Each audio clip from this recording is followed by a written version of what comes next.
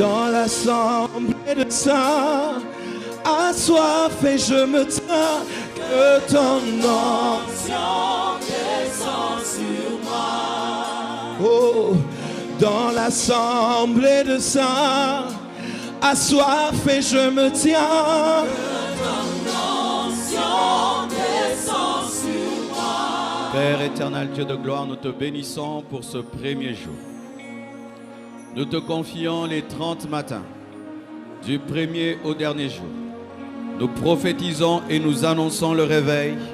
Nous annonçons l'exaucement des prières, le changement des mentalités, le bouleversement de vie, l'onction fraîche du Saint-Esprit, l'accomplissement de ton plan et de ta volonté parfaite.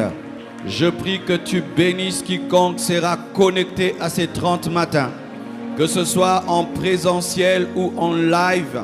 Père, que tu touches les vies, que tu les changes, que tu les transformes. Oins chaque orateur, utilise, Seigneur, chaque chorale, chaque modérateur, tous les intercesseurs, les protocoles, la sécurité, tous ceux qui sont à la technique, Père, utilise-nous et que ton plan se réalise, s'accomplisse. Père éternel, je m'abandonne entre tes mains afin de libérer ce premier message et merci pour le privilège qui est le nôtre, Père, de parler de ta part. Au nom de Jésus-Christ, j'ai ainsi prié. Amen. Nous acclamons le roi.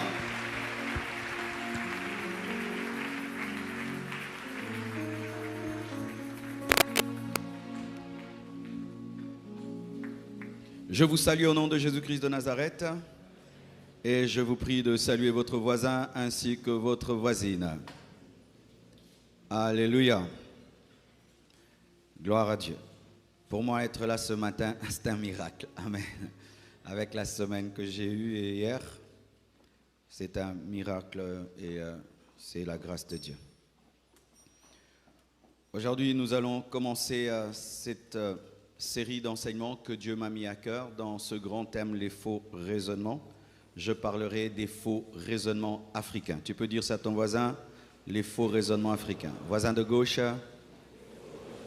voisin de droite, celui de devant, celui de derrière, celui qui te sourit. Amen. Nous sommes debout, nous allons lire 3 passages de la Bible qui seront les passages clés de ces 30 matins. Jacques 1, verset 22. La Bible dit: mettez en pratique la parole et ne vous bornez pas à l'écouter, en vous trompant vous-même par des faux raisonnements. 2 Corinthiens 10, versets 3 à 5. Si nous marchons dans la chair, nous ne combattons pas selon la chair, car les armes avec lesquelles nous combattons ne sont pas charnelles, mais elles sont puissantes par la vertu de Dieu pour renverser des forteresses. Nous renversons les raisonnements et toute hauteur qui s'élève contre la connaissance de Dieu et nous amenons toute pensée captive à l'obéissance de Christ. Pour terminer, Romains 12, verset 2. Ne vous conformez pas au siècle présent, mais soyez transformés par le renouvellement de l'intelligence, afin que vous discerniez quelle est la volonté de Dieu, ce qui est bon, agréable et parfait. Prenez place, s'il vous plaît. Aujourd'hui, en venant, l'Esprit de Dieu m'a mis à cœur d'expliquer à certains comment nous sommes arrivés à avoir des 30 matins. Il y a des dizaines d'années, un jour, le Seigneur m'a dit d'organiser des conférences, des conventions le matin. En ce temps-là, les églises n'organisaient pas les programmes le matin. C'était plus le culte matinal simple. Et j'ai dit, Dieu, ça c'est un échec. Si tu me dis d'organiser des conventions le matin, et encore il m'a demandé que ce soit pendant le mois d'août, quand il fait très froid, le quinoa n'aime pas le froid, il préfère dormir.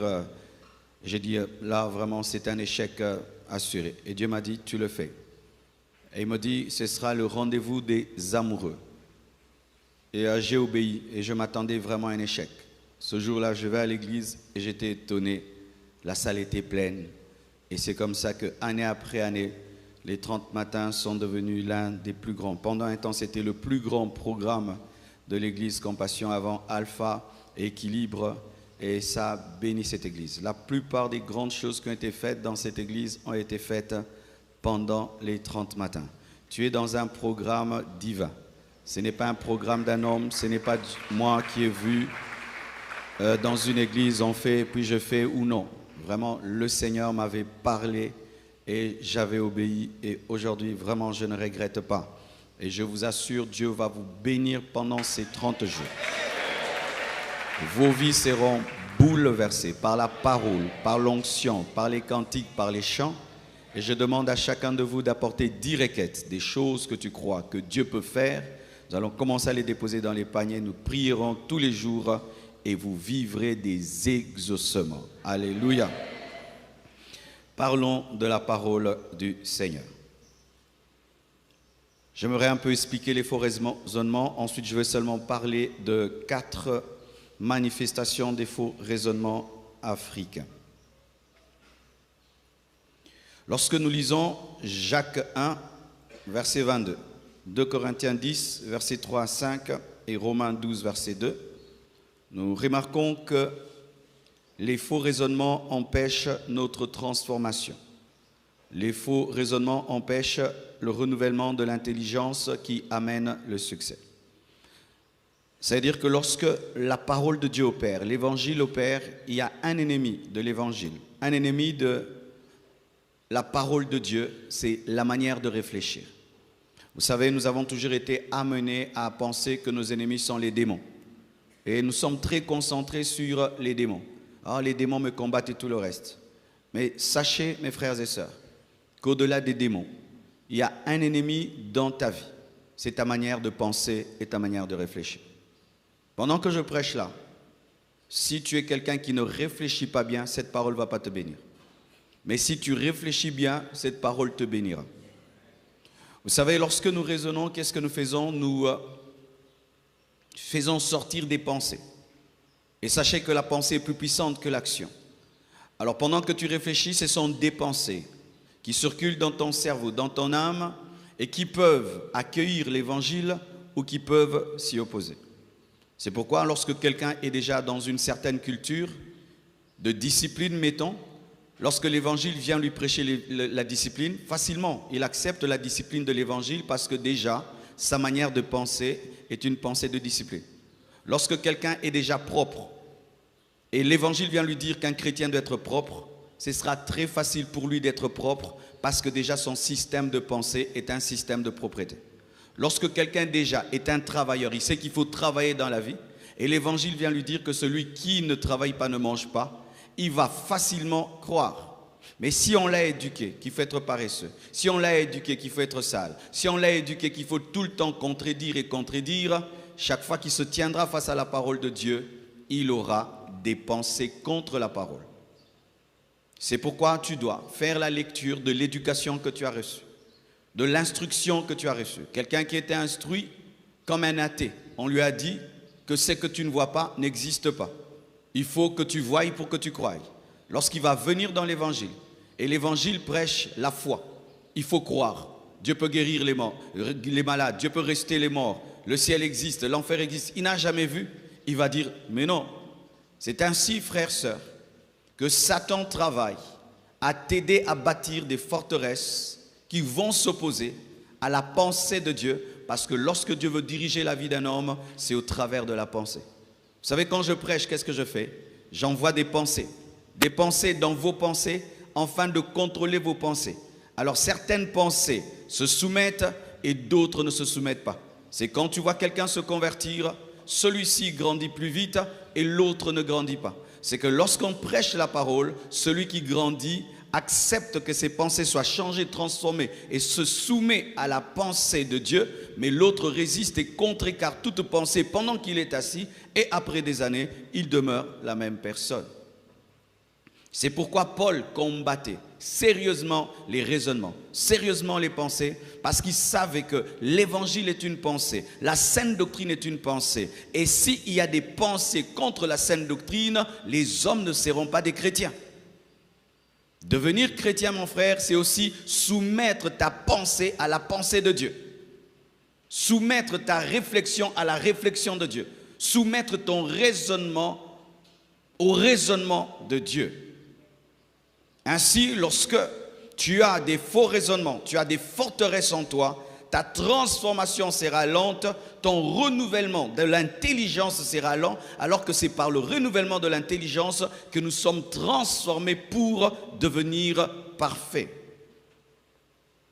Ainsi, frères, les faux raisonnements doivent être renversés, pas tolérés ni comprises. Et vraiment, c'est quelque chose que je suis en train de comprendre de plus en plus, c'est que lorsqu'on prêche, il faut attaquer les raisonnements. Si tu prêches, tu n'attaques pas les raisonnements. Tu auras des gens qui chantent et qui dansent à l'église, mais lorsqu'ils sortent, ils se comportent comme les païens, ils demeurent dans leur culture, leur manière de vivre, d'être. Nous, on nous a éduqués comme ça, dans notre pays c'est comme ça, chez nous c'est comme ça, tu vas voir quelqu'un qui peut prier, danser, mais lorsqu'il a un problème, il va chez le féticheur. Pourquoi? Parce que dans sa culture, on consulte le féticheur. Il peut chanter et danser, mais il est toujours polygame, parce que dans sa culture, la polygame est normale.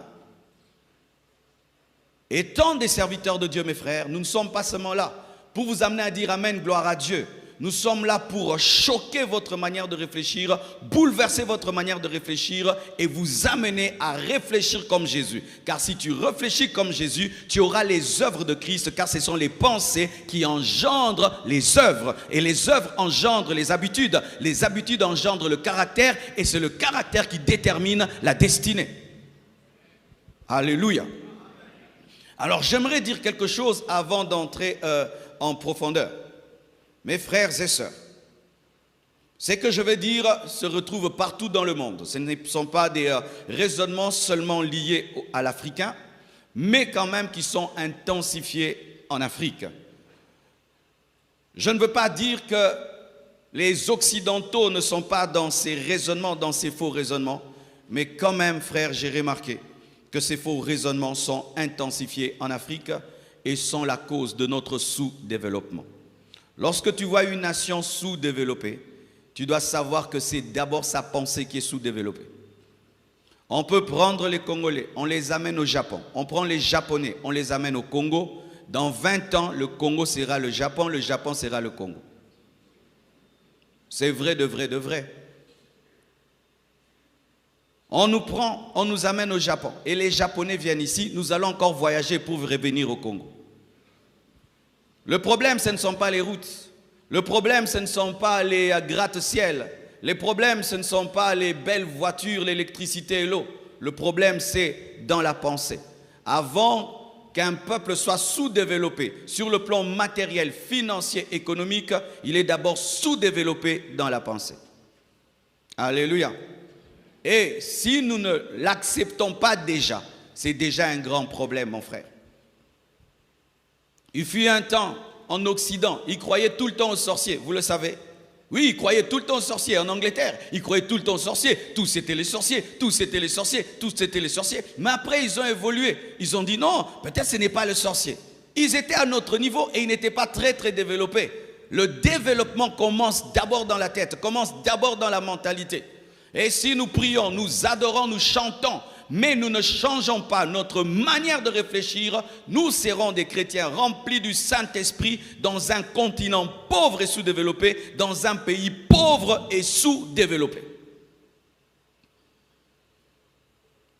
Alors, pour gagner le temps, mes frères et sœurs, voici 4 faux raisonnements africains, des forteresses, des manières de réfléchir qui s'opposent à Dieu, qui s'opposent à l'excellence, qui s'opposent au succès, qui s'opposent au développement, qui s'opposent à la grandeur, qui s'opposent à l'élévation, qui s'opposent au plan de Dieu, qui s'opposent à notre réelle, véritable destinée. J'ai échoué par la faute des autres. J'échoue à cause des autres. J'échoue parce que j'ai des ennemis. J'échoue à cause du diable. des sorciers de ma famille, les démons, c'est pourquoi j'échoue. Voici ce que nous disons toujours. Tu échoues rapidement. L'Africain ne cherche pas loin. Il doit avoir un sorcier dans le quartier. C'est sûr que c'est ma tante. Si ma vie ne va pas bien, c'est sûr que des gens se sont ligués contre moi. Si ma vie ne va pas bien, c'est sûr que j'ai des liens. Si ma vie ne va pas bien, c'est sûr que les gens sont jaloux de moi. Ils m'ont ensorcelé. Et c'est devenu même le message des pasteurs et des prédicateurs. C'est ce qu'on prêche à longueur de jour. Tes ennemis, les sorciers. Oh! Prêchons tous les jours les sorciers. Le pays ne s'arrange pas. Prêchons tous les jours les sorciers. Les vies des gens ne changent pas. Coupant tous les jours des liens et ils sont toujours liés. Délivrant toujours et ils sont toujours possédés. Ça fait combien d'années que tu cherches la délivrance?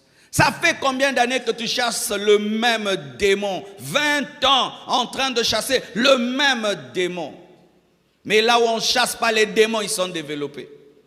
Et là on chasse tous les jours les démons. Il y a des trous partout. Ah oui frère, ah oui, nous devons penser et réfléchir selon Dieu. Lorsque Adam et Ève ont péché et qu'ils se sont retrouvés nus, est-ce que Dieu est allé chercher le serpent en premier? Il est allé chercher l'homme. Il n'est pas allé chercher le serpent. Pourquoi? Parce que quand on échoue, ce n'est pas la faute de quelqu'un, c'est sa propre faute.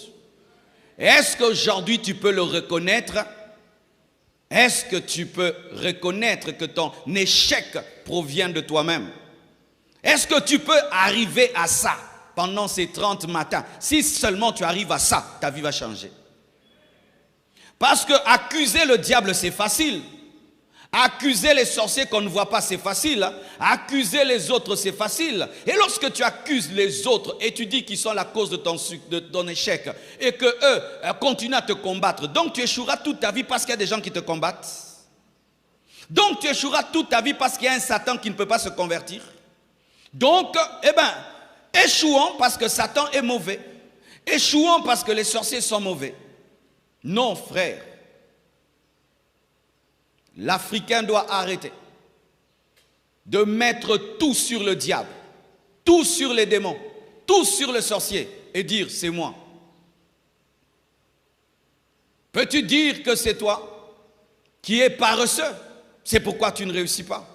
Que tu as un mauvais caractère, c'est pourquoi tu chasses les gens. Que tu es médiocre, c'est pourquoi tu rates le succès. Que tu as refusé de te former, c'est pourquoi tu rates des opportunités. Que tu n'es pas au meilleur de ta vie. Chaque fois tu donnes un tout petit peu. Tu n'es jamais à 100%. Ça, tu ne dis pas. Rares sont ceux qui disent cela. Oh, j'ai échoué dans la vie parce que j'étais un paresseux dans mes études. Mes affaires ne marchent pas parce que je parle mal aux clients. Ça, on ne dit pas. La sorcellerie, la magie. Je ne me marie pas parce que j'ai des mauvaises réponses. Non, l'esprit de célibat. L'esprit de mauvaises réponses. Alléluia. Tout esprit de célibat, tout esprit de pauvreté, tout esprit de blocage. Et le caractère de blocage, là, tu ne le connais pas. Et pendant que tu es en train de dire que les sorciers, les démons te combattent, quelqu'un d'autre, lui, ne chasse même pas les démons. Il travaille dur et il travaille dur et il réussit et il perce. Quand tu viens lui poser des questions, quel est le secret de ton succès? Il ne te dit pas qu'il a chassé un démon. Il te dit que quand j'étudiais, j'étais très assidu. Quand je travaille, je suis très assidu et je respecte mes clients. Je leur donne le meilleur de moi-même et je suis devenu millionnaire. Ah, ça doit être la magie encore. Peux-tu reconnaître que si tu es là où tu es, c'est toi-même? Parce que même le diable que tu accuses, étant un chrétien, n'a aucun pouvoir sur toi.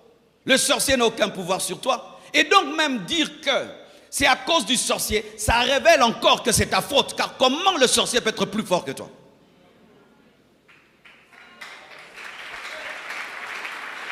Oh, c'est notre oncle qui nous empêche de nous marier. C'est encore ta faute. Comment toi, un chrétien, tu peux être sous un oncle qui t'empêche de te marier?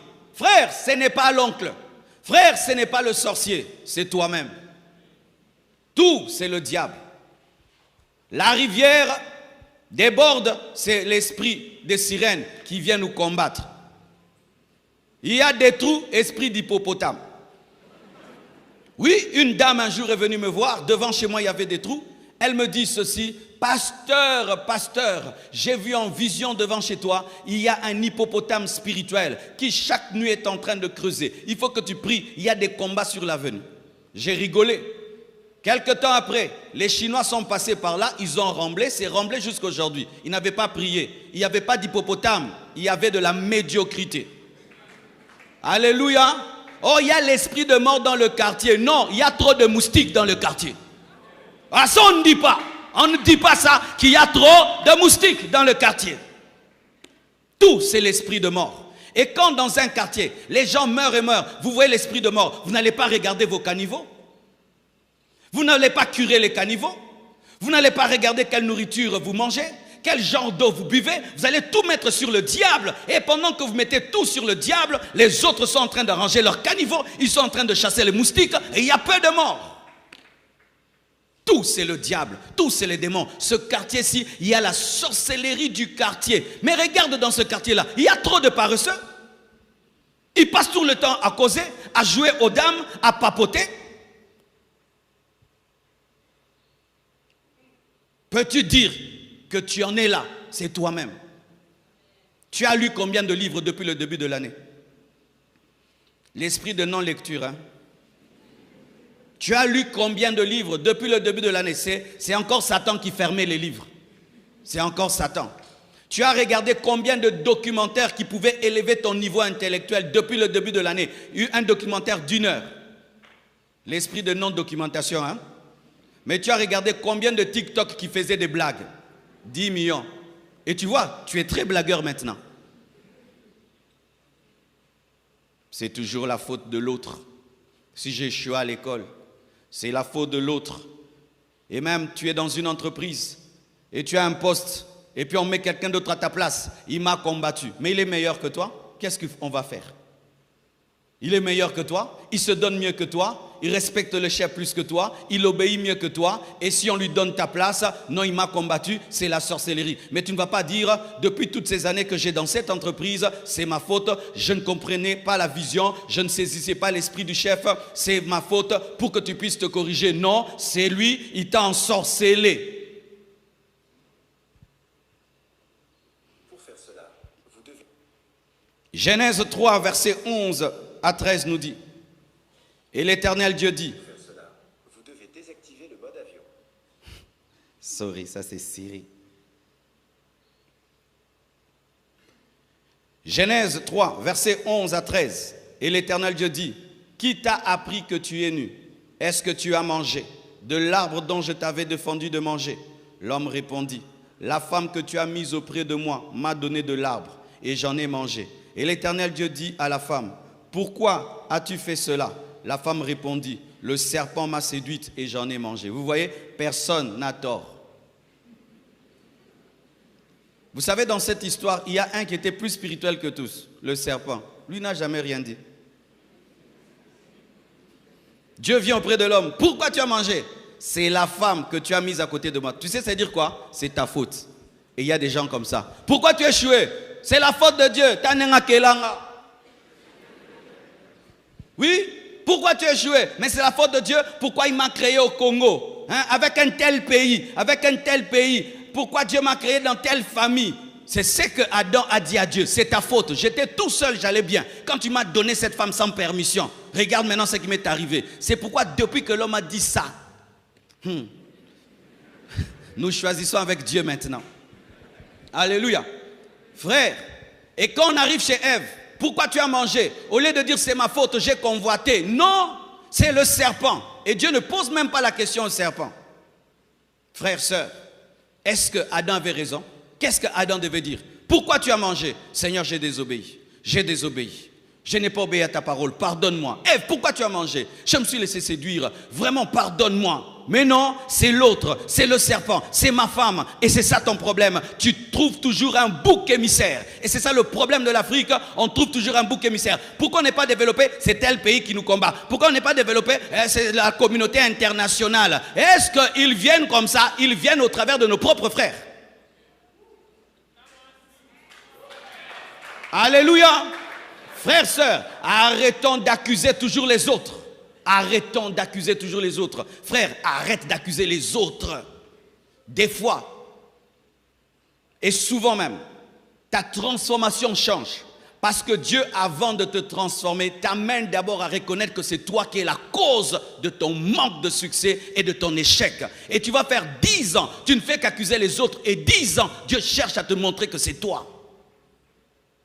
Là, si je prêche mal, je vais dire quoi? Les démons m'ont combattu pendant que je prêchais. Ah, vraiment, ils ont tenu le micro à ma place.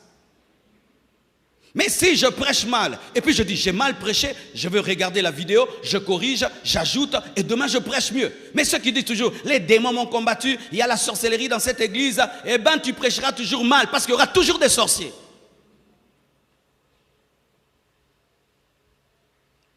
Tu es pauvre, dis, c'est ma faute. Je suis pauvre, c'est ma faute. Je n'ai jamais cherché le travail. Je ne travaille pas, je ne fais rien. Je ne fais que dormir et me réveiller. C'est ma faute et tu vas te battre. Mais si tu dis non, dans notre famille, il y a un combat. Lorsqu'on finit les études, malgré qu'on a les diplômes, on n'arrive jamais à voir le travail. C'est un combat familial. Il y a un blocage, une limitation. Et on chante l'imitation.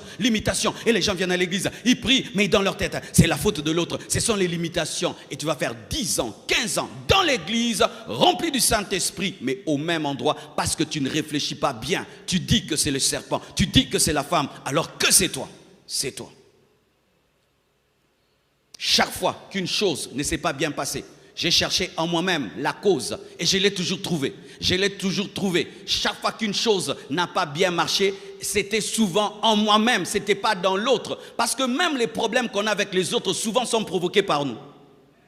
Alléluia. Alléluia.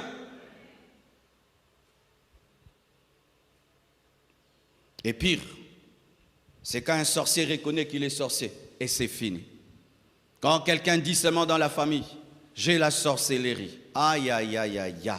Tout ce qui nous arrive, ça devient lui. Tu as des maux de tête, c'est lui. Tu échoues à l'école, c'est lui. Tu as quelque chose, c'est lui. Ainsi, tu te dédouanes, tu te déresponsabilises de tous tes échecs et tu places ça sur un sorcier. Ainsi, nous avons rendu Satan omnipotent.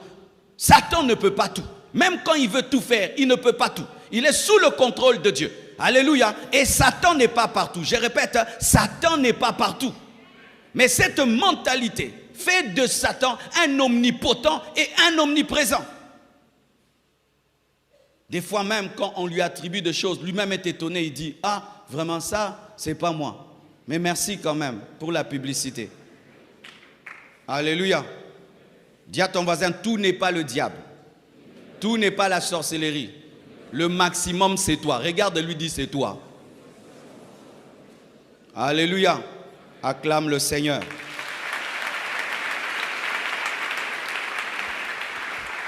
Une autre mentalité. Si je ne l'aurai pas, alors personne ne l'aura. En lingala tozang en obiso tout. Si je ne l'aurai pas, personne ne l'aura. Si je ne réussis pas, personne ne réussira. Une pensée remplie d'égoïsme, de méchanceté, de destruction. Et nous voyons cela dans la Bible, dans 1 Roi 3, verset 23-27. Deux femmes qui viennent et se chamaillent pour avoir le même enfant. Et Salomon a la sagesse de demander de couper en deux l'enfant. Et la vraie mère tressaillit et dit, non, laissez-leur, qu'elle prenne l'enfant et que mon enfant vive. Mais l'autre dit quoi? Nous allons le déchirer en deux, coupez-le, nous allons le perdre. Pourquoi? Parce qu'elle avait déjà tué son enfant. Et comme son enfant est mort, il fallait que l'enfant de l'autre aussi meure. Si je ne réussis pas, tout le monde ne réussira pas. Quelqu'un dans notre pays a dit, après moi c'est le déluge. Donc comme lui va mourir, que tous en puissent mourir. Et on voit ça même dans les églises. Quelqu'un quitte un département, il aimerait que le département meure. Tu quittes une église, tu vas dans une autre. Tous les jours, tu surveilles cette église-là, attendant la mort de cette église-là. Parce que comme toi, tu as quitté l'église-là, il faut qu'elle meure comme toi, tu l'as quittée. Tu étais dans une entreprise, tu quittes. Tous les jours, tu surveilles cette entreprise. Tu aimerais qu'elle meure parce que toi, tu ne travailles plus là-bas. Tu étais avec quelqu'un, vous vous séparez, tu pries qu'il ne se marie jamais et qu'il soit malheureux parce que tu ne t'es pas marié avec lui. Tu fais un business avec quelqu'un et puis il te dit on arrête le travail avec toi. Tu aimerais qu'il échoue parce qu'il ne travaille pas avec toi. Tu quittes le pouvoir, tu aimerais qu'après toi, tout meurt pour qu'on reconnaisse que toi, tu étais un bon dirigeant. Vraiment, des choses comme ça. Donc, comme toi, tu n'es plus le dirigeant, que nous, on échoue, qu'on n'étudie pas, qu'on ne mange pas, pour qu'on t'adore et qu'on te glorifie. Un mauvais cœur. Alléluia. Un mauvais cœur. Comme je n'y suis pas, rien ne marchera. Pour que ça marche, je dois y être. Et des générations, des enfants meurent dans les hôpitaux parce que toi, tu n'es plus chef. Des enfants sont détruits parce que toi, tu n'es plus chef. Pour que les gens soient heureux, il faut que tu sois. Si tu n'es pas là, il faut que tout le monde soit malheureux pour qu'on constate l'absence. Un jour, je cause avec un homme de Dieu. Je lui dis, je bénis Dieu. Moi, quand je voyage maintenant, l'église est pleine. Il dit, ce n'est pas bon. Ce n'est pas bon. Waouh, c'est pas bon. Il y a un problème de leadership. Il faut, quand tu voyages, qu'il y ait des vides pour qu'on sente que c'est toi l'appelé de Dieu. Et quand tu viens, l'église s'est remplie. Je dis, toi, si tu diriges le pays, on meurt. Alléluia. Mais tu as ça en toi. Tu as ça en toi. Quand tu es là, tu aimerais que ce soit bien. Quand tu n'es pas là, il ne faut pas que ça marche. Hein. Pourquoi quand tu vas venir, qu'on te reçoive comme le roi des rois, le sauveur de l'humanité? Mais moi, je n'ai pas besoin de toi comme un sauveur. J'aimerais un peu te dire, hein, je n'ai pas besoin de toi comme un sauveur. Je n'ai pas lié ma vie à la tienne. Alléluia. Je n'ai pas lié ma vie à la tienne. Et je respire par mes propres poumons et mon cœur bat seul sans le tien. Et tu dois savoir que les gens ont besoin d'être heureux sans toi. Ils ont besoin d'être heureux sans toi. Ils ont besoin d'être heureux sans toi. C'est comme ça que vous détruisez les entreprises. Tu quittes une entreprise et quand tu vas, tu la détruis. Donc ils doivent souffrir parce que tu n'es pas là. Parce que tu n'es pas là. Un cœur mauvais. Nous allons tout perdre. Nous allons tout perdre. Quand je suis allé au Botswana, j'ai béni le Seigneur. Tu vois un président qui est au pouvoir et qui prépare la venue de l'autre. Il y a tout un quartier des anciens présidents. Ils vivent dans la paix. Après sa présidence, il va là, il élève des vaches et il laisse l'autre tranquille. Tout va bien. Et l'autre qui travaille, il sait aussi qu'il partira. Et il prépare la venue de l'autre. Et ils sont heureux que l'autre réussisse. Je viens du Burundi, celui qui est mort, avant de partir, il a appelé l'autre. Et il a prié pour lui. Il a béni. Et j'ai même vu la nouvelle première dame en train d'être honorée par l'ancienne première dame. Alléluia. Pourquoi? Parce que c'est leur pays. Le pays n'est pas pays parce que tu as la tête. Le pays est pays parce que nous sommes là. Alléluia. Nous sommes là et nous ne sommes pas éternels. Alléluia. Nous devons vouloir laisser des héritages de joie, de bonheur et de succès. Alléluia. Je répète, nous devons chercher à laisser des héritages de joie. Je crois qu'en ce lieu, il y a des futurs leaders. C'est pourquoi je parle comme je parle. Alléluia. Je crois, frère, si Dieu un jour t'élève, tu dois savoir que tu n'es pas éternel et tu partiras. Et tu dois avoir la joie que quelqu'un d'autre te remplace. Parce que Élie a été remplacé par Élisée. Et je t'assure, Jésus-Christ même lui-même a dit, il vous est avantagé que je m'en aille afin que vienne le Saint-Esprit. Jésus n'a pas laissé un vide parce qu'il est parti, mais il a tout fait que l'Église continue à exister et à vivre par le Saint-Esprit. Mais s'il y a quelqu'un qui devait dire, après moi il n'y a rien, c'est Jésus. Mais Jésus permet au Saint-Esprit de prendre soin de l'Église, alors que le Saint-Esprit n'a pas versé le sang. C'est lui qui a versé le sang, mais c'est le Saint-Esprit qui entretient l'Église. Oh, c'est moi qui ai souffert pour cette nation. C'est moi qui ai souffert. Et comme j'ai souffert, après moi c'est le déluge. Égoïste. Égoïste. Enlevez cette mentalité, mes frères. Ça nous poursuit partout.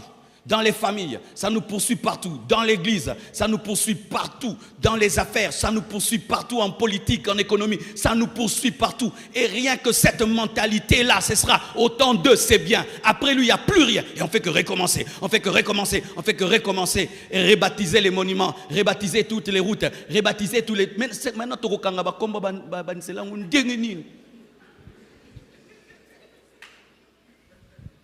Quand c'est mon tour, j'échange. Ce n'est plus cette avenue, ça devient ceci. L'autre vient, l'avenue de ma maman. L'autre vient, l'avenue maintenant de ma maman.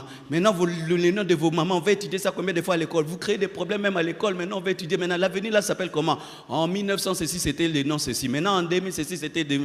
Ah, tous ces noms pour une seule avenue. Hein? L'avenue. Alors, dis à ton voisin, change. Dis à ton voisin, change. Tu ne viens pas chanter, il ne faut pas désirer que non. Comme je n'ai pas chanté, hein, vous allez voir le vide. Non, sois heureux, tu ne viens pas chanter. On sent qu'il y a l'onction et la puissance. Alléluia. Ah, oh, je ne veux pas venir comme je n'aimerais pas voir s'il y aura des prophéties. Sois heureux, tu n'es pas là, mais il y a des prophéties et des visions. Alléluia. Sois toujours dans la joie. Lorsque tu t'en vas, ça continue et ça devient plus grand. C'est ça la pensée du développement. Mais si je ne suis pas là, ça doit mourir. Eh bien, nous serons toujours dans la médiocrité.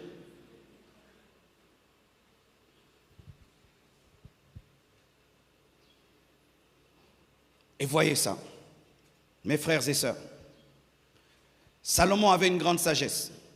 Il dit ceci dans 1 Roi 3, verset 26. Alors la femme dont le fils était vivant sentit ses entrailles s'émouvoir pour son fils. Elle dit au roi, ah mon Seigneur, donne-lui l'enfant, l'amour. Nous devons aimer. Nous devons aimer l'Afrique, aimer la RDC, aimer l'Église, aimer nos familles. C'est un manque d'amour qui amène à cela. Car la plupart des temps, nous n'aimons pas assez notre pays. Nous n'aimons pas assez nos frères. Nous n'aimons pas assez l'Église. Si j'aime l'Église Compassion, comment je peux me plaire quand je ne suis pas là, qu'il y ait des vides? Au contraire, je voudrais, tellement que j'aime, que l'Église puisse se passer de moi.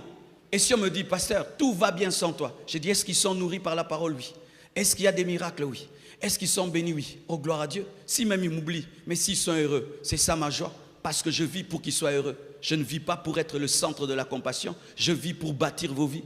Mais c'est quand on devient le centre, on va être le centre du monde, le centre de la famille, le centre de l'église, le centre du pays, le centre. Alors chaque fois que tu n'es plus au centre, tu voudras que les autres souffrent pour te ramener au centre.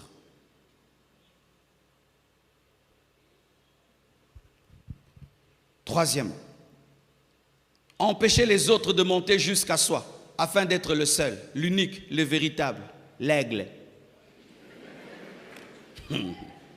N'aie pas partagé les secrets. Qu'est-ce que tu as fait? Ah, je ne peux pas te dire. Si je te dis, tu seras comme moi. Et il y a deux écoles dans ce domaine. Il y a l'école d'Élie et l'école de Moïse. Et même l'école de Josué. 1 Roi 19, verset 10 à 18. La Bible dit, il répondit, j'ai déployé mon zèle pour l'Éternel, le Dieu des armées, car les enfants d'Israël ont abandonné ton alliance. Ils ont renversé tes autels et ils ont tué par l'épée tes prophètes. Je suis resté moi seul et ils cherchent à m'ôter la vie. Je suis resté moi seul. Verset 18, Dieu maintenant lui parle. Mais je laisserai en Israël 7000 hommes, tous ceux qui n'ont point fléchi les genoux devant Baal et dont la bouche ne l'a point baisé. Ça, c'est l'école d'Élie. Je suis resté moi seul. Je suis le seul à craindre Dieu. Je suis le seul riche. Je suis le seul millionnaire. Je suis le seul milliardaire. Je suis le seul. Mais pendant que tu dis je suis le seul, Dieu a la vision de 7000. Dieu n'a pas créé que toi. Et sache que Dieu n'aime pas que toi. Certains pensent qu'ils sont les seuls aimés de Dieu. Lui, il a un plan merveilleux. Non, Dieu a un plan merveilleux pour chacun de nous. Le sang de Jésus n'a pas coulé que pour toi. Le Saint-Esprit n'est pas venu que pour toi. Autant tu sens la présence de Dieu quand tu pries, moi aussi je la sens. Autant tu entends papa, moi aussi j'entends papa. Alléluia. Dieu n'est pas que ton papa, Dieu n'est pas que ton père. Il est notre père. Notre père. Dites notre père. Pourquoi? Il est disposé à avoir beaucoup d'enfants. Et il y pense être le seul, mais Dieu prépare 7000 qui n'ont pas fléchi les genoux devant Baal. C'est dire quoi? Dans le plan de Dieu, Dieu ne veut pas avoir un champion, il veut avoir des champions. Dans le plan de Dieu, Dieu ne veut pas qu'il y ait un seul milliardaire à l'église. S'il n'y a qu'un seul, mais ça va être trop grave. Tout ce sera lui, ce sera lui. Mais si tous nous sommes bénis, alors frère, nous allons porter le poids ensemble. Mais voyez, Moïse était différent d'Élie. Dans Nombre 11, verset 25 à 29, la Bible dit, l'Éternel descendit dans la nuée et parla à Moïse il prit de l'esprit qui était sur lui et le mit sur 70 anciens. Et dès que l'esprit reposa sur eux, ils prophétisèrent, mais ils ne continuèrent pas. Il y eut 2 hommes, l'un appelé Eldad et l'autre Médad, qui étaient restés dans le camp, sur lesquels l'esprit reposa. Ils sont dans le camp, mais l'esprit va sur eux. Pourquoi? Car ils étaient parmi les inscrits, quoiqu'ils ne fussent point allés à la tente. Et ils prophétisèrent dans le camp. L'école de Josué. Un jeune garçon courut, l'annonça à Moïse et dit, Eldad et Médad prophétisent dans le camp. Et Josué, fils de Noun, serviteur de Moïse, depuis sa jeunesse, prit la parole et dit, Moïse, nous, mon Seigneur, empêche-les. Moïse lui répondit, es-tu jaloux pour moi? Puisse tout le peuple de l'Éternel être composé de prophètes, et veuille l'Éternel mettre son esprit sur eux. Acclamons la parole du Seigneur.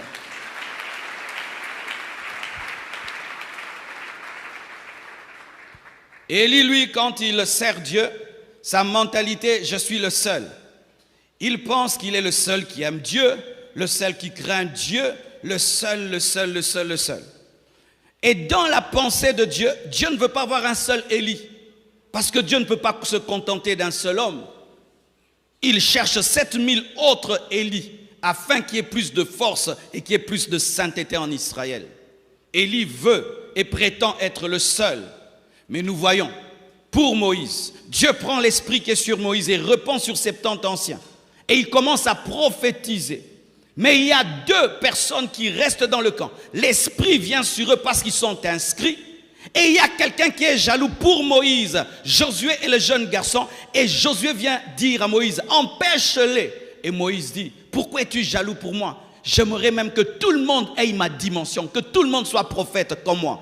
Et Moïse était déjà en train de prophétiser. La prophétie de Joël qui dit que dans les derniers jours, dit Dieu, je répandrai de mon esprit sur toute chair, vos fils et vos filles prophétiseront. Il était déjà en train d'annoncer la Pentecôte, qu'il y aura un temps où ce ne seront pas seulement les prophètes qui auront l'onction et l'esprit, mais tout enfant de Dieu aura la dimension de Moïse. Oh, donne-moi un amen.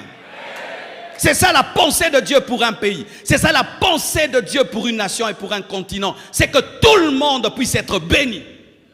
Oh, donne-moi l'amen. Vous voyez ces choses-là, tu es le seul à avoir la voiture dans le quartier et tout le monde te demande, amène-moi, amène-moi. Les mariages, c'est toi. Les corbillards, c'est toi. Et tout, c'est toi. Et tu dis, aujourd'hui, je n'ai pas le temps. Ma voiture, on aime bien ça. Mais ailleurs, tout le monde a une voiture. Tout le monde a une voiture. Tout le monde doit avoir une maison. Et c'est normal que tout le monde ait une maison. Alléluia. Mais vous voyez, quand quelqu'un construit sa maison, elle est belle. Il aimerait être le seul à avoir une maison. Comme ça, tout le monde passe et regarde. Waouh, quelle maison. Mais le plan de Dieu, c'est que tout le monde puisse avoir une maison. Oh oui, et vous devez savoir, mes frères, c'est normal que tout habitant d'un pays ait une maison. Ça, c'est normal. C'est normal, frère. Et ce n'est pas extraordinaire. Tout le monde doit avoir une maison. Tout le monde doit avoir une voiture. Mais on aime quoi? Être regardé comme extraordinaire. Être le seul béni.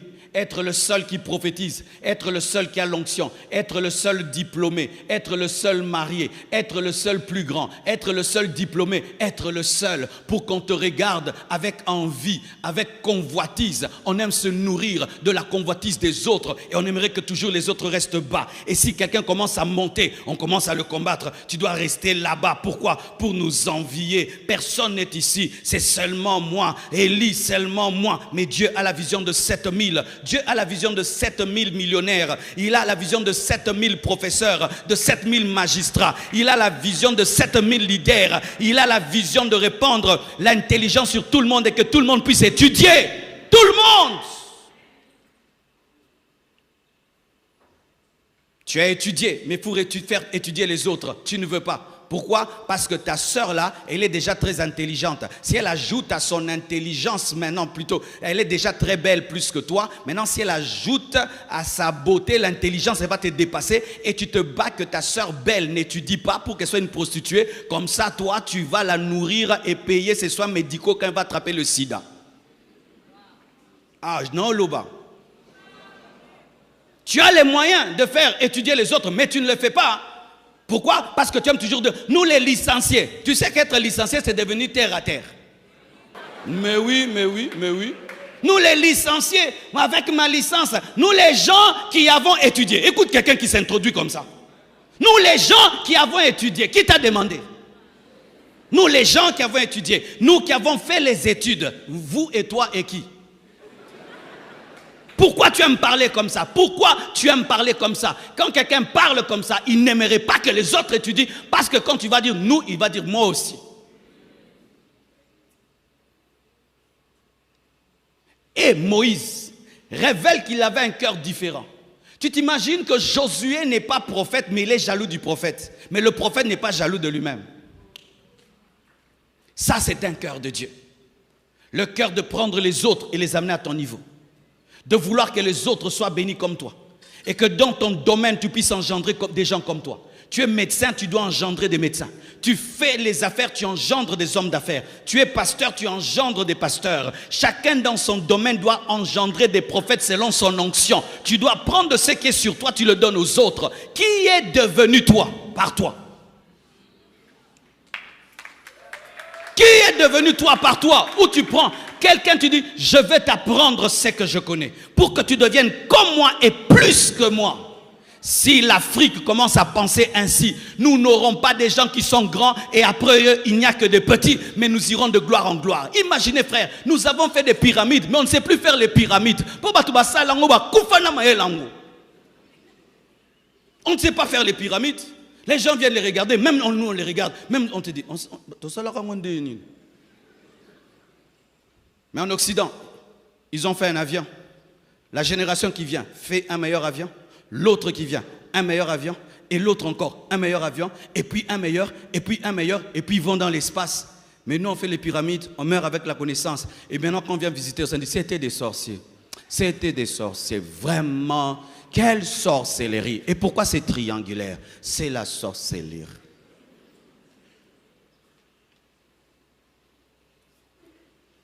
As-tu un disciple dans ton domaine? Toi qui as maîtrisé quelque chose. Qui es-tu en train d'initier dans ce que tu connais? Tu vas mourir et personne n'a la connaissance que tu as. Et ce qui est pire, même tes propres enfants, tu ne leur communiques pas ta connaissance. Et tu vois un père qui maîtrisait les affaires, il meurt. Après lui, vraiment, c'est le chaos. Les enfants ne savent même pas combien de maisons ils ont, comment papa gagnait la vie, papa jouait au magicien. Il venait seulement, vieux. Papa, tu fais comment? C'est profond. C'est profond, mes fils, c'est profond. Et là, on te respecte. Ah, le vieux est terrible. Il a amené une malle d'argent. Papa, il a eu ça comme ça. Papa, tu as eu ça comme ça. Ah, mes enfants, utilisez seulement, utilisez. Quand tu meurs, on va utiliser. C'est pour que soit tu vois un père, c'est un grand commerçant, après lui, l'entreprise meurt et puis tous les enfants deviennent pauvres parce qu'il n'a jamais pris un enfant ou deux pour leur dire j'achète à Dubaï, j'achète à autant, je vends à autant, voici mes relations, mes connexions. Si quelque chose m'arrive, appelle tel, appelle tel, appelle tel, appelle tel. Non, le mystère qui doit être adoré, glorifié. Quand il entre, on tremble. Pourquoi? C'est lui qui tient la famille. Continue à tenir la famille te tiendra et t'enterrera.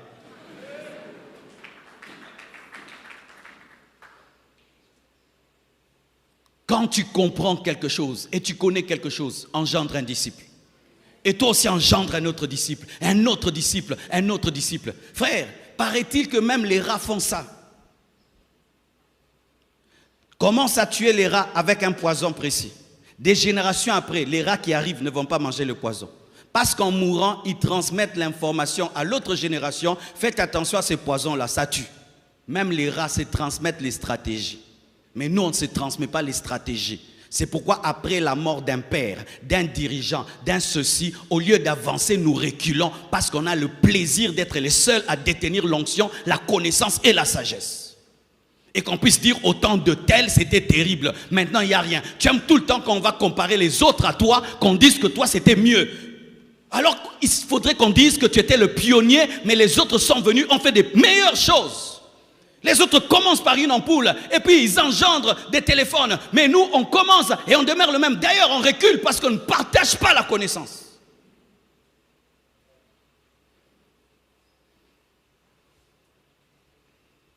C'est pire même lorsque ça arrive dans les églises. qu'un pasteur ne veut pas que ses enfants prêchent comme lui, ne veut pas que ses enfants aillent des grandes églises, ça doit toujours être lui. Il t'envoie ouvrir une extension et l'église grandit très vite. Ah non, quitte là-bas, permutation, va là-bas, va là-bas. Et puis il envoie son cousin là-bas. Si son fils prêche très très bien, il devient jaloux, il ne prêche plus. À la compassion, tu prêches bien, tu prêcheras et tu prêcheras encore. Mais la plupart des temps, si un fils commence à bien prêcher, c'est celui qu'on ne va pas classer. Des équipes de football qui ratent un match parce que le meilleur n'est pas monté. Pourquoi? Il aura trop de succès. On accepte de perdre des matchs. D'être humilié nationalement parce que l'entraîneur a décidé que petit, non, fini au bouton. Pourquoi? Tu t'es pas humilié devant moi. Donc parce que ce entraîneur, donc parce que ce jeune garçon n'était pas adoré comme son Seigneur et son Sauveur, nous, tout le pays, nous aurons honte toute notre vie. Tu ne peux pas mourir à toi pour que ces jeunes marquent des buts et que nous, on soit quand même contents dans nos maisons parce qu'on est fatigué. Fatigue. Blessure intérieure trop. Hôtel Marabout. Ah ouais. Ouais. Et puis oh là la Rabou. Ah léopard. Ah.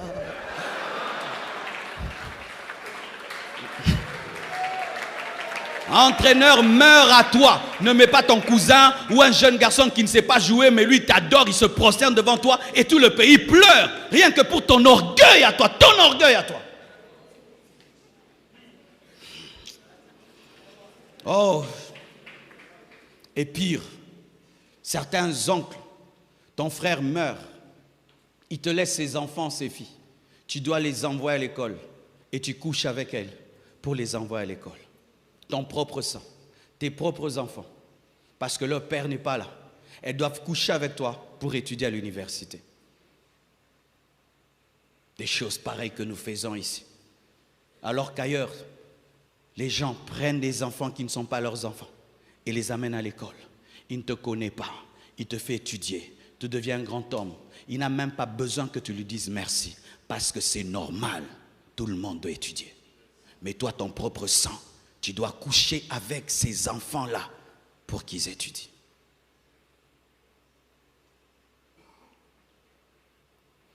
Terminons. On me donnera un jour. On aura pitié de moi un jour. Vivre au travers de la pitié des autres. Et un jour, j'étais énervé, mes frères. Je passe quelque part, je vois une poubelle, on a écrit « Don du Koweït ». Vous imaginez, j'ai vu un jour au Congo une poubelle. Ce n'est pas ce qui est dedans qui est le don du Koweït. La poubelle est un don du Koweït. Le Koweït nous a donné une poubelle pour jeter nos déchets. Donc nous, on est incapable d'avoir nos propres poubelles. Il faut que le Koweït. Tu vois vraiment comment cette poubelle a voyagé. Elle a pris l'avion jusqu'au Congo pour que nous seulement on jette nos poubelles dans du Koweït et on est heureux d'écrire dessus sur une poubelle dans du Koweït. Et réclamer vraiment à quelqu'un d'écrire don du Koweït, ce n'est pas le respecter, parce que tu peux aussi me donner le don d'une poubelle, mais rien n'est écrit dessus. Parce que les immondices n'ont pas besoin que ce soit écrit don du Koweït pour y être jeté. Mais on écrit don du Koweït. Même pour jeter les immondices, on a besoin d'un don.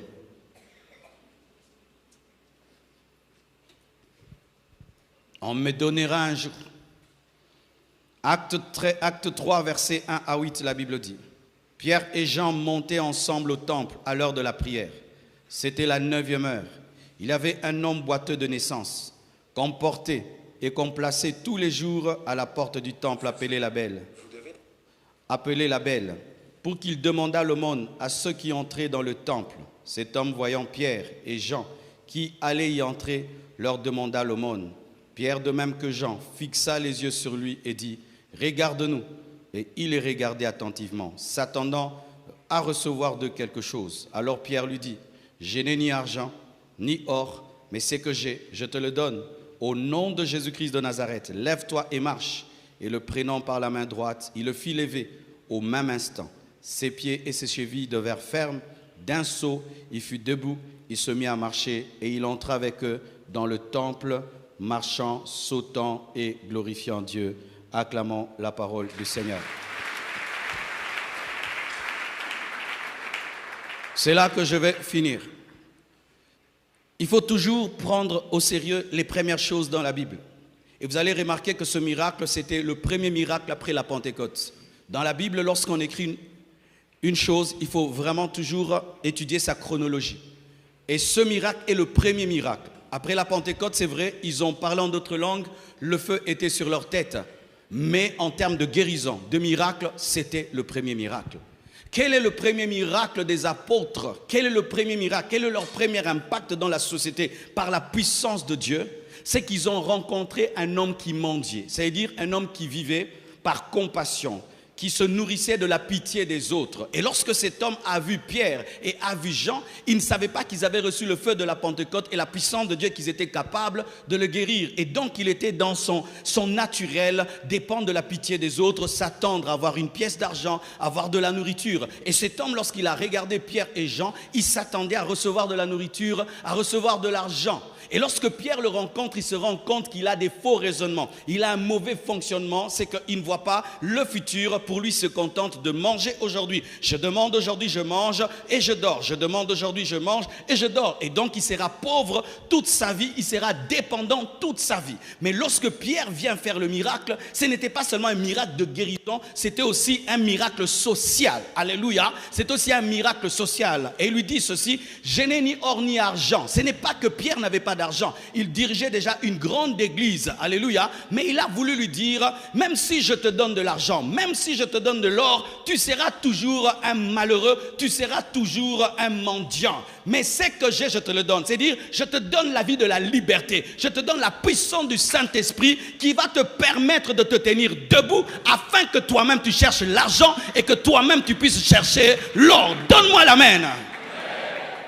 Ça, c'est le premier miracle. Le premier miracle a libéré un mendiant et en a fait un homme libre. Mais la mentalité de l'Afrique, c'est quoi? C'est attendre qu'on puisse avoir pitié de toi. C'est pourquoi nous sommes devenus des professionnels pour déclencher la pitié des autres. Au lieu que tu travailles, comment j'aurai une entreprise, toi tu étudies comment on aura pitié de toi. Comment je vais parler, comment la posture pour qu'on ait pitié de moi.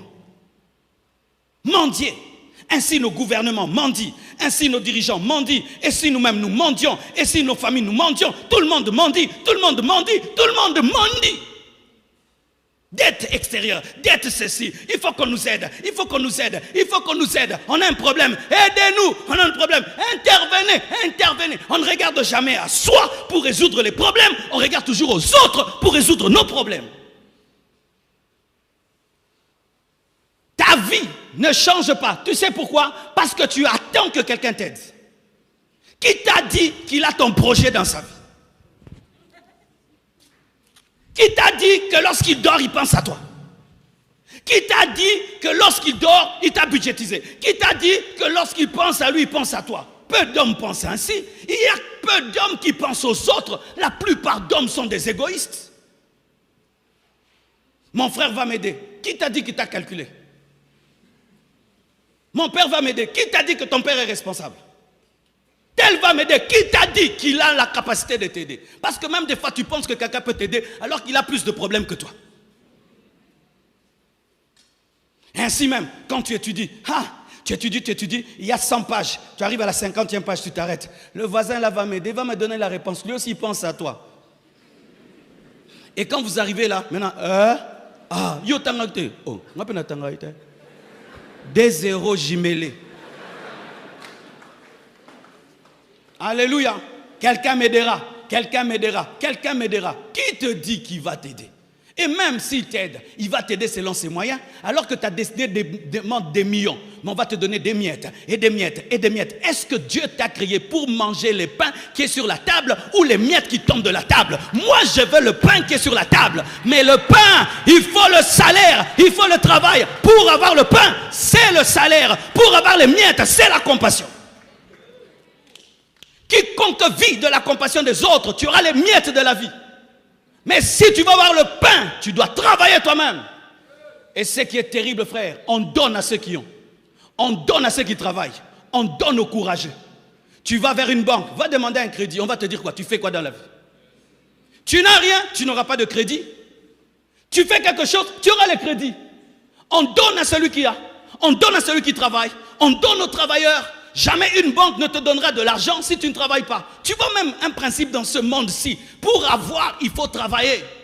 Mais si tu ne le fais pas, mon frère, tu vas haïr les gens et tu les haïras. Même si tu les hais, tu es toujours pauvre.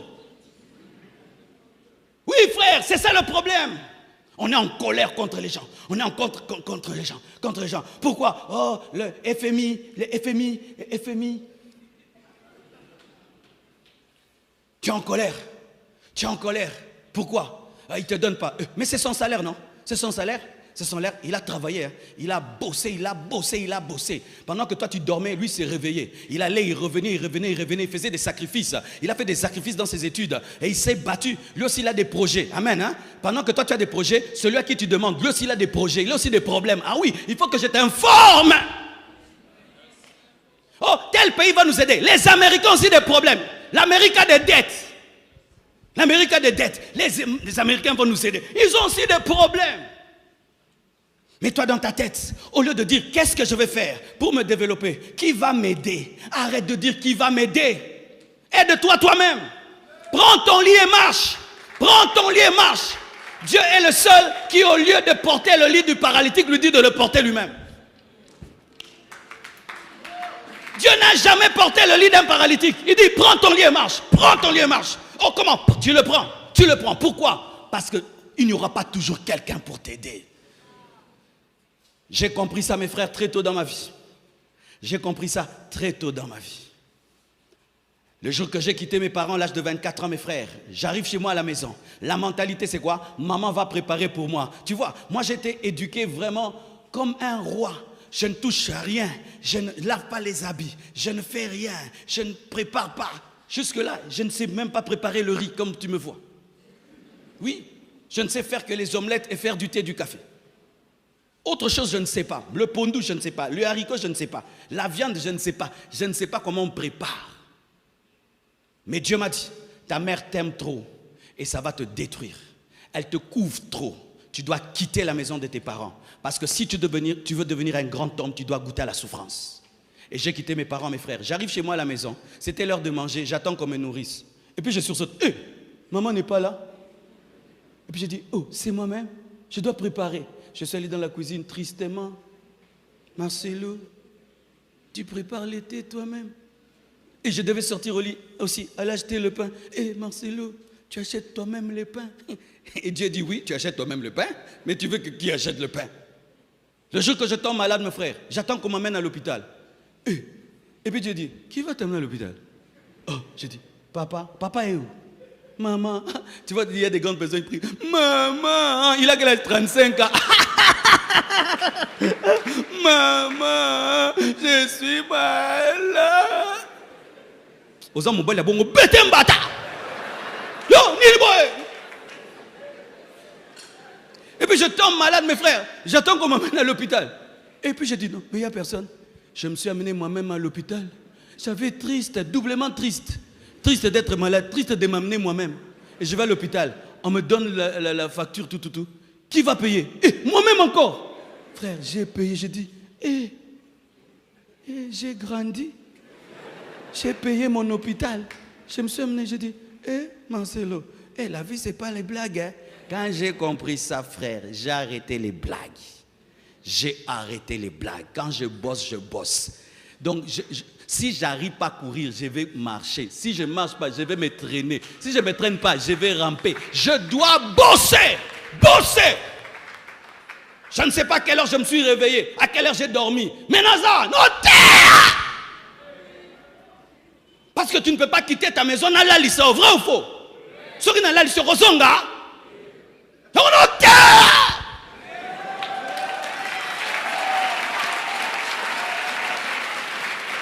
J'aurais pitié de moi après la prédication. Après les prédications, j'aurais pitié de moi. Ah Marcelo, tu as beaucoup travaillé, 3 cultes hier, aujourd'hui. Mais maintenant, pas de pitié, je dois bosser.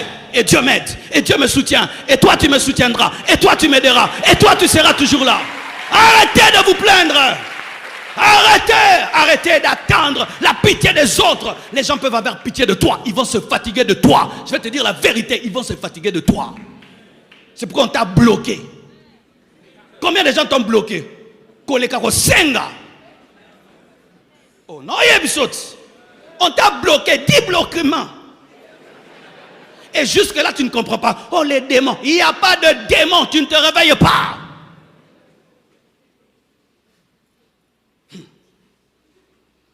J'aime l'eau. Quand l'eau remplit et vous mettez une barrière là, l'eau va aller à droite. Vous mettez une barrière là, l'eau va aller à gauche. S'il n'y a pas moyen, l'eau va commencer à monter. Mais l'eau trouvera toujours un chemin. Et si vous gardez là, ça va commencer à casser le mur, ça sortira. Frère, si tout ne marche pas, vends même le pain. Nous aimons manger le pain. L'IP est tout l'a raté. Tout homme qui vend le pain a des clients, vrai ou faux? Tout homme au Congo, tu vends le pain, je viendrai. Tout le monde aime le pain. Tout le monde aime le pain. Mais toi, tu ne peux pas vendre le pain. Tu ne peux pas vendre le pain. Un homme comme moi, avec des grandes promesses de Dieu comme ça, quand est-ce que je pourrais rendre le pain?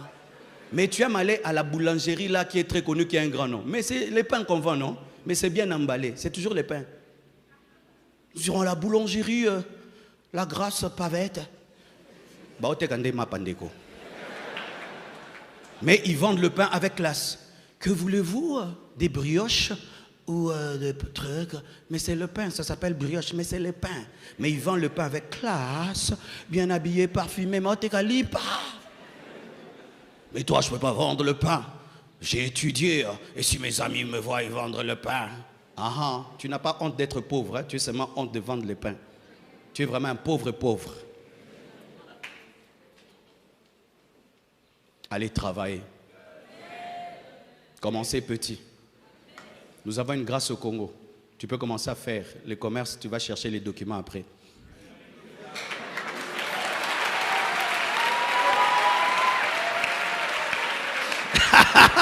Oh, merci pour le Congo, un pays merveilleux. Si tu es chaud au Congo, c'est ta faute. Si tu es chaud au Congo, c'est ta faute. Oui, laissez les autorités tranquilles. Hein? Si tu es chaud au Congo, c'est ta faute. Commence à vendre le sucré, on va te déranger. Tu commences à vendre le pain, on va te déranger.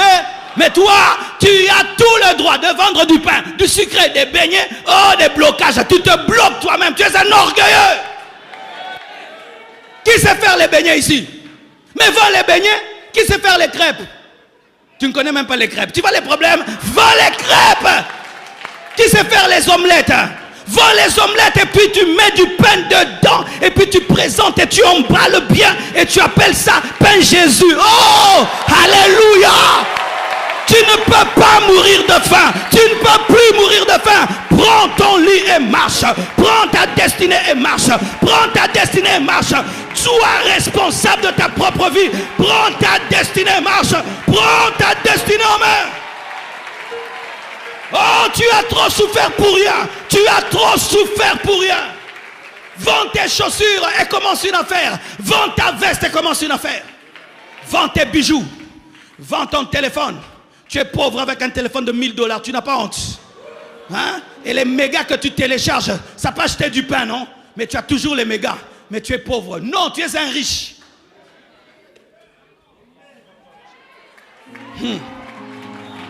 Si ces 30 matins prennent fin, tu es le même. Vraiment des balokayo. On a ce qu'on a confirmé que balokayo, olokama.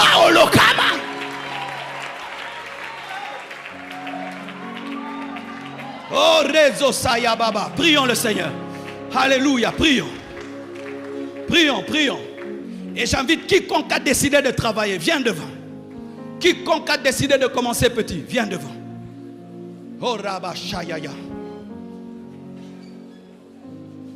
Oh, alléluia. Quiconque a dit, je ne regarderai plus que les autres sont la cause de mon échec, mais je regardais en moi. Viens, nous allons prier. Alléluia. Il bénit encore.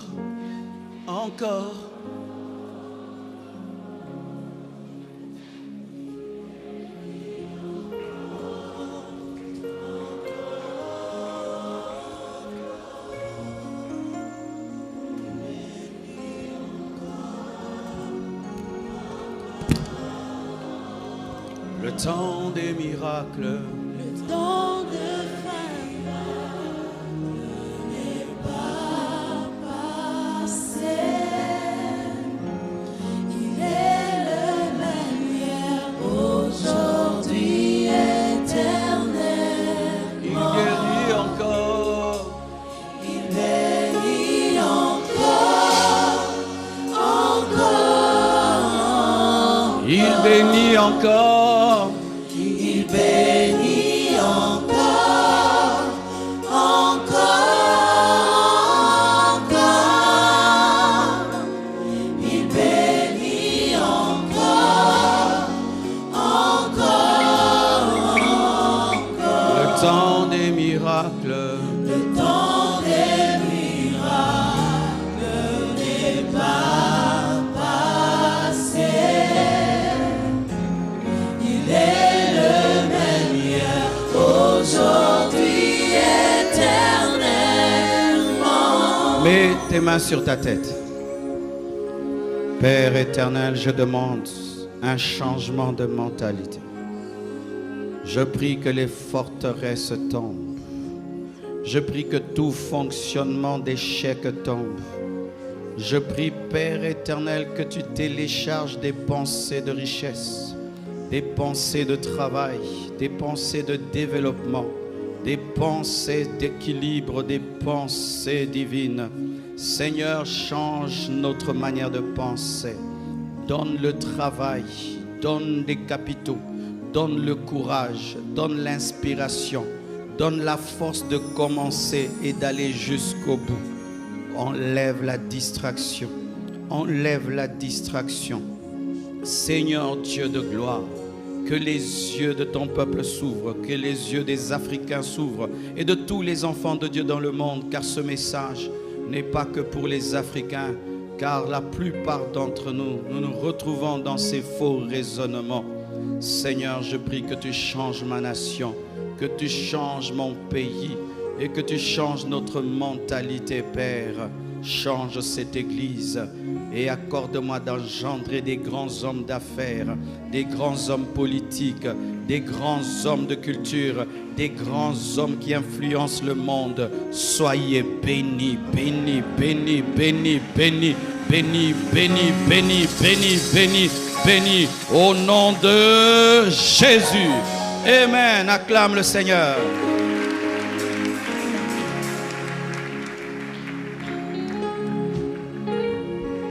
J'invite le département de rédaction, vous allez venir devant, je vais prier pour vous.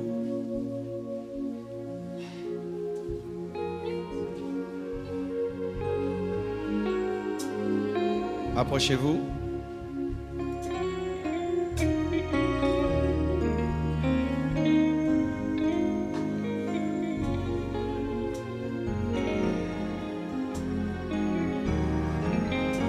Vous savez, chez Oyedepo, c'est le département de rédaction qui écrit les livres. Quand il tient un séminaire comme ça et il finit, le département de rédaction prend la prédication, la transforme en livre. Ils ont une imprimerie. Que Dieu nous accorde ce niveau-là, où on finit un culte, 2 jours après, des brochures sortent. Une semaine après, des livres sortent. C'est ainsi qu'il a 1000 livres, 2000 livres, mais ce n'est pas lui qui les écrit. Ce sont des hommes qui l'écoutent parler et qui écrivent des livres pour lui. Et ils sont tellement bénis qu'ils ont une imprimerie à côté. Est-ce qu'on peut demander ça à Dieu? Et vraiment, en une année, je vous félicite. Dernièrement, j'ai posté une vidéo sur Internet et quelqu'un m'a écrit: vous avez arrêté de mettre les écrits? Moi, j'ai jamais de giga pour suivre les vidéos. C'est quand je me suis rendu compte qu'il y a des gens qui attendent le travail que vous faites pour lire. C'est-à-dire que sans vos écrits, ils ne sauront jamais ce que nous prêchons ici. Je vous prie de prendre très au sérieux le travail que vous faites, même s'il n'y a pas des vidéos, des audios, mais il y a des hommes et des femmes qui attendent vos écrits pour être édifiés et pour être impactés. Alléluia. Nous allons lever nos mains et prier pour nos frères et sœurs.